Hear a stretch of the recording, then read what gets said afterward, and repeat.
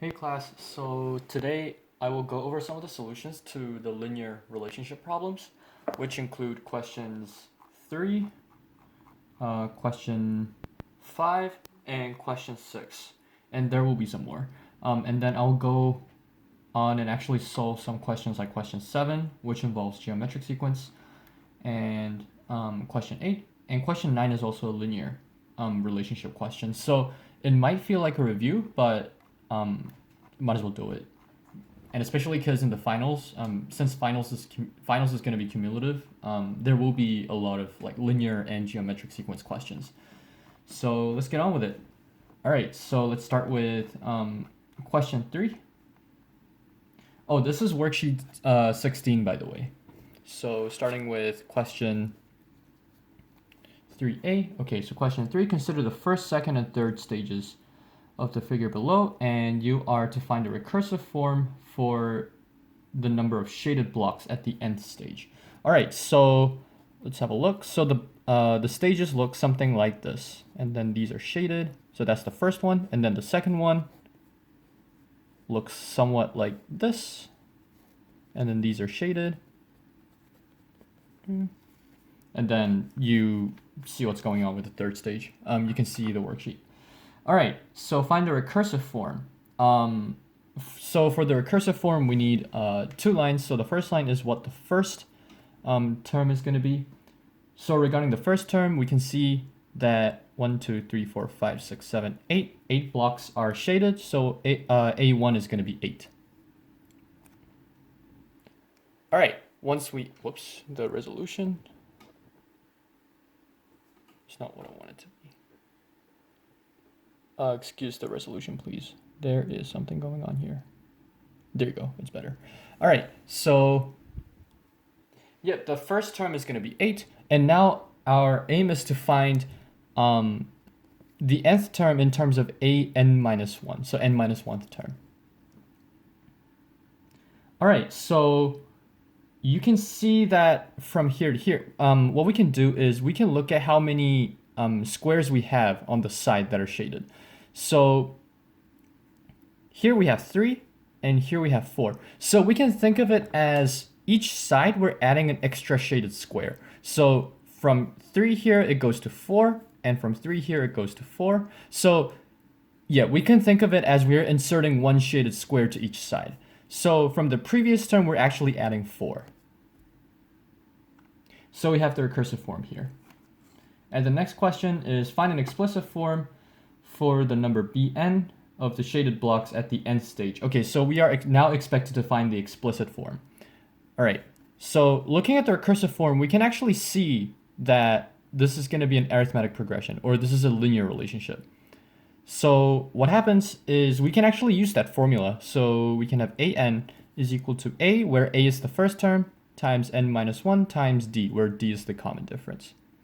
All right, so once we know these, so the first number is going to be 8, and the common difference is 4. So if we expand this out, we're going to get 4n minus 4 plus 8, which is plus 4, 4n plus 4. All right, so the nth term is simply going to be 4 times n plus 4. And question C is, give a sentence to explain how you know the relationship between n and Bn is linear. So the most important thing about linear is as we go on to the next stage, the increase or decrease is going to be constant. So it's going to have a common difference. In other words, these terms are going to form an arithmetic sequence. And in this case, we talked about how every progression we're actually adding 4. So we know that there's going to be a common difference, so it's arithmetic progression, hence it's a linear relationship. So just to summarize, it's going to be constant difference. So this is the most important key. Constant difference. Meaning that it's an arithmetic progression.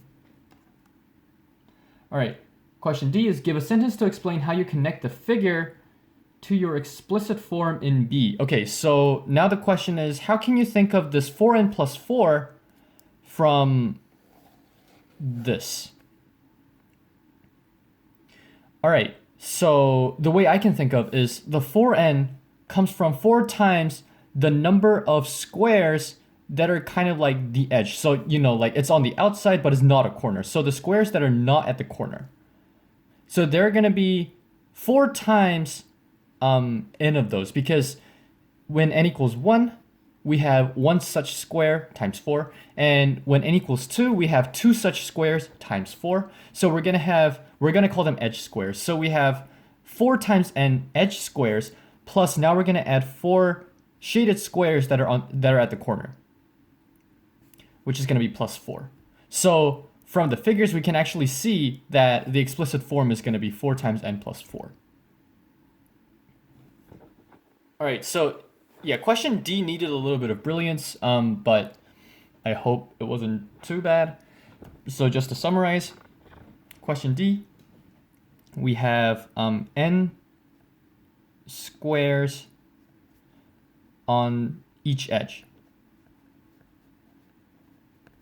4 edges, making it 4n edge squares in total. All right, and then 4 corner squares. So hence in total, there are going to be 4n plus 4 shaded squares. All right, so that was question 3. Now let's move on to question 5, which is another linear relationship problem. All right, find the nth term and the first 3 terms of the arithmetic sequence having A4 is 93 and A8 is 65. We've actually done a lot of those. So 8, and then AN.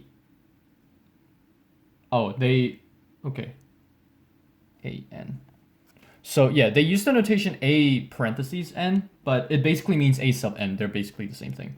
So the 4th number is 93 and the 8th number is 65. So as we increased n by 4, we decreased an by, what's the number? 28, I believe.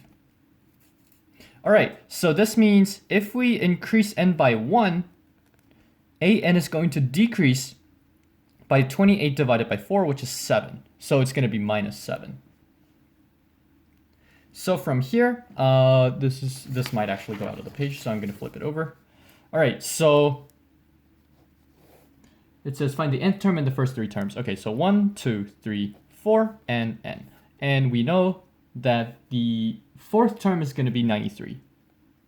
All right, and we know that each progression is going to make the number decrease by 7. So A3 is going to be 93 plus 7, which is 100, and then plus 7, plus 7. So that when we progress forwards, it's going to decrease by 7. All right, and then for n, we know the formula. An is going to be a plus n minus 1 times d. And then the first number is 114 plus n minus 1 times the common difference is negative 7.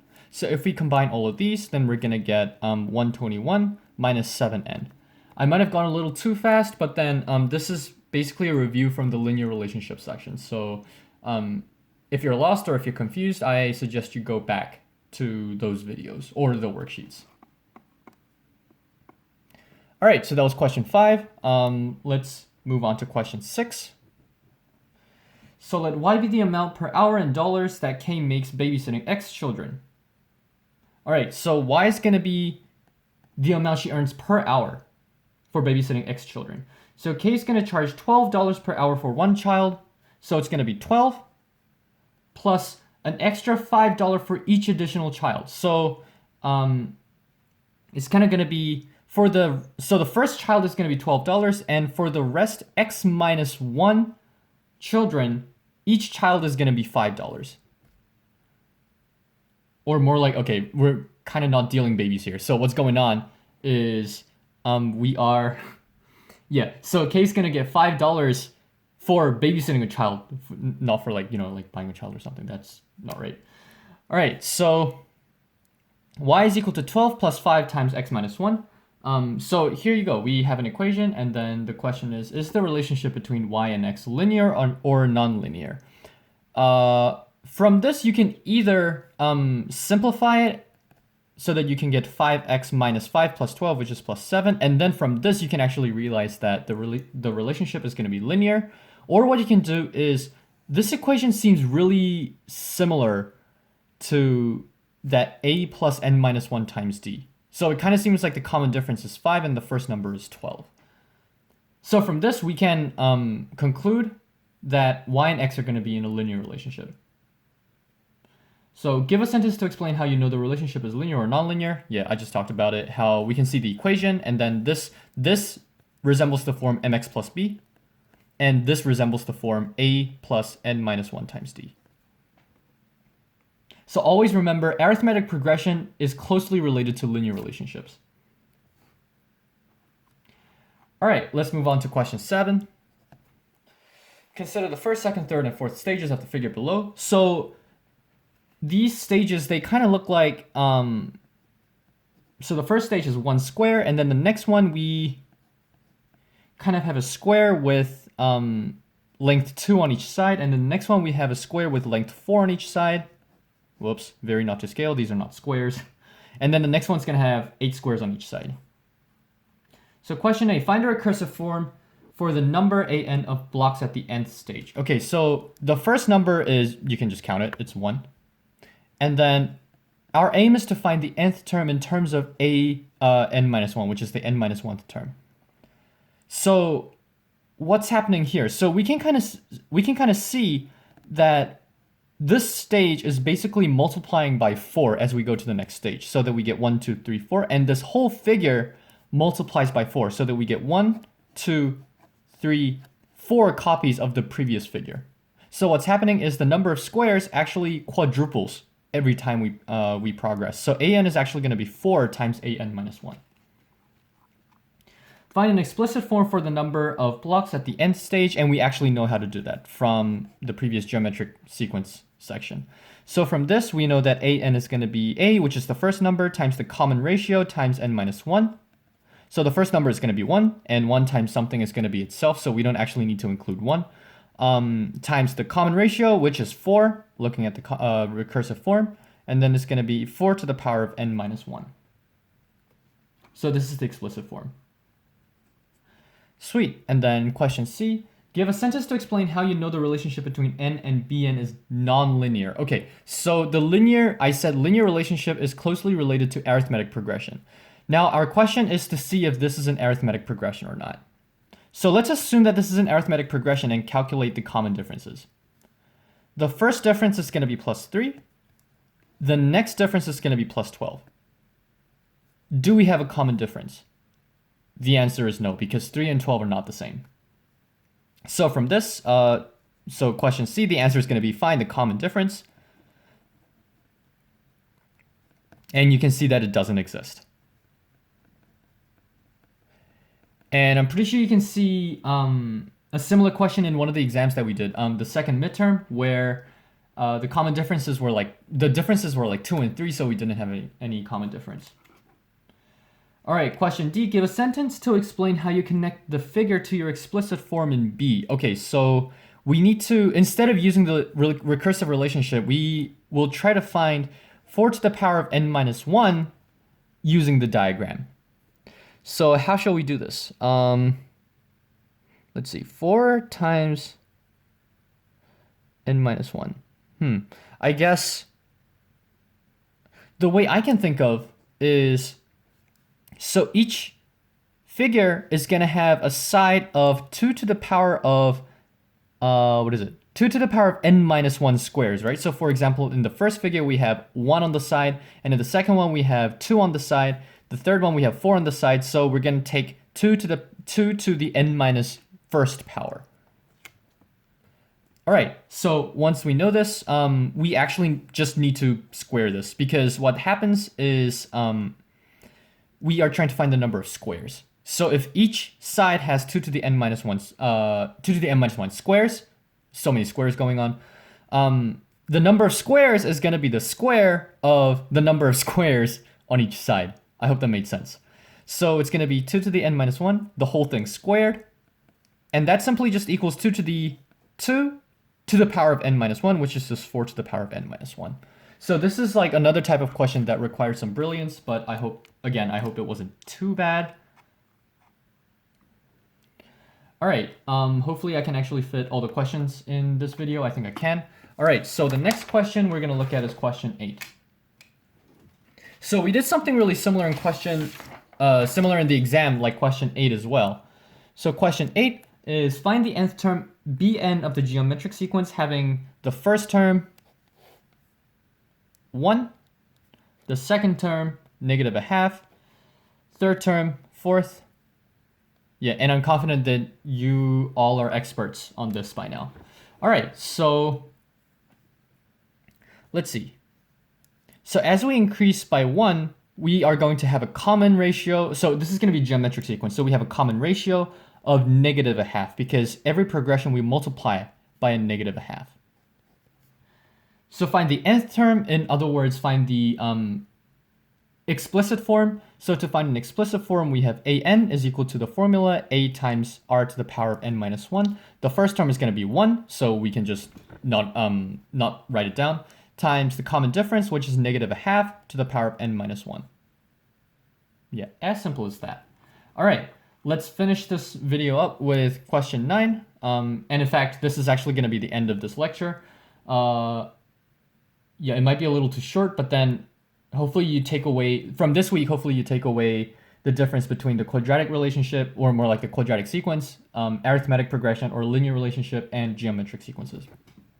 All right, 9A. Noah put $40 on his fare card. Every time he rides, $2.50 is subtracted from the amount available on his card. Okay, so how much money in dollars is available on his card after he takes X rides? Okay, so let's say Y is the amount that is available. And basically we can think of it like this. So he starts with $40. And then every time he rides, it takes away $2.50. So it's going to be $2.50 times the number of $2.50 times the number of times the number of rides he takes on the card. Another way of thinking about it is 0 rides is going to be $40. 1 ride is going to be 40 minus 250, which is going to be $37.50, I believe. And then it's going to be an arithmetic progression because the common difference is going to be negative 2.5 for all of them. All right, so once we know this, we can actually use the formula. an is equal to a plus n minus 1 times d. And then a here is not a0, it's going to be a1. Always remember that. So it's going to be 37.50 plus n minus 1 times d, which is negative 2.5. And if we simplify this, we're going to get 40 minus $2.50. In this case, it's going to be n, but then here we used x.